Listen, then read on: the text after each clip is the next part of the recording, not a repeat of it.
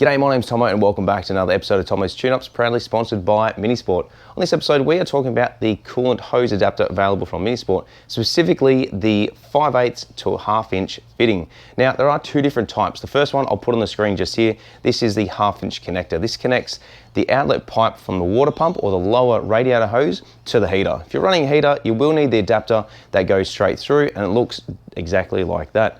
Now, this one is a step down or a step up depending which way you're going to go.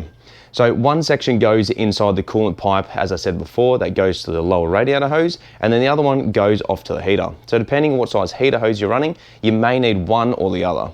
Now, this is a really good piece of gear to have because it ensures that the barbs on there seal the pipe and prevents it coming off, as well as a step fitting as well. So you will need a clamp on either side, and this is something that is important to run when you're deciding to run a heater inside the car because, you know, we all get cold in a classic Mini driving on a winter's day.